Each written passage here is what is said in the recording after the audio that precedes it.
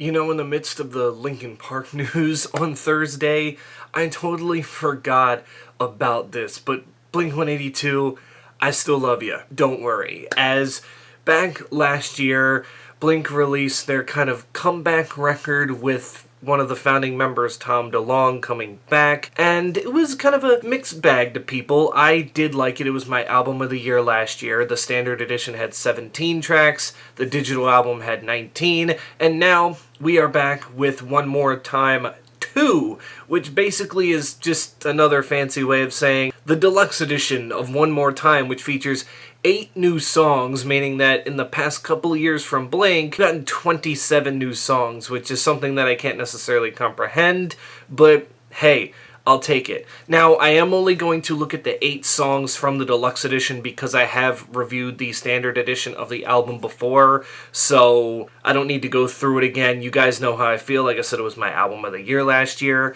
and with these 8 tracks, I was kind of skeptical because for me with deluxe editions, they can either bring an album up even higher than it was, or they can bring it down because it just feels unnecessary. But here from Blink, it's actually nice. I would say that some of these songs are actually better than some of the deep cuts that ended up on the standard edition. The only song I would say that wasn't my favorite but I thought was okay was If You Never Left. Like, it's one of the softer Blink songs, but Mark and Tom do their thing going back and forth on vocals, and it's just really nice overall. But then the other 7 tracks are awesome. No Fun and All in My Head were the 2 songs that we got first, and to go from a Tom DeLonge-led song to a Mark Hoppus-led song, it was nice to kind of hear, because I think people's main complaints with the standard edition was that Mark Hoppus wasn't necessarily there as much as they thought, and when he wasn't necessarily,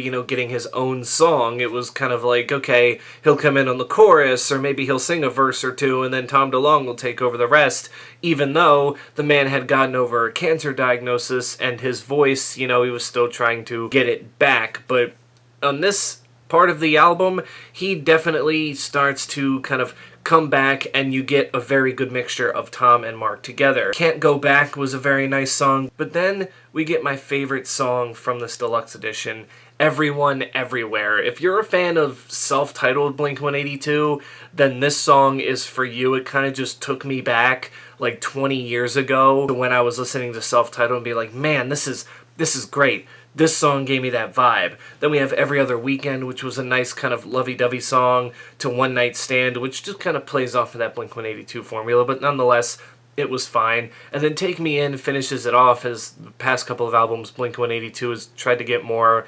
not necessarily melodic with their last song, but more atmospheric, and it definitely does bode well, and it closes out the deluxe edition, and even now I guess you can say the whole album in its entirety out very well, as this is basically just probably more what you were expecting from Blink than what the standard edition had to offer. It's them mixing the pop-punk sound with this alt-rock sound that they were so good at doing, and for whatever reason, they've just been better doing this on the deluxe editions. I mean, look at the deluxe edition of California. Most people would say that that was better than the actual album because it sounded more cohesive and it sounded more like Blink-182.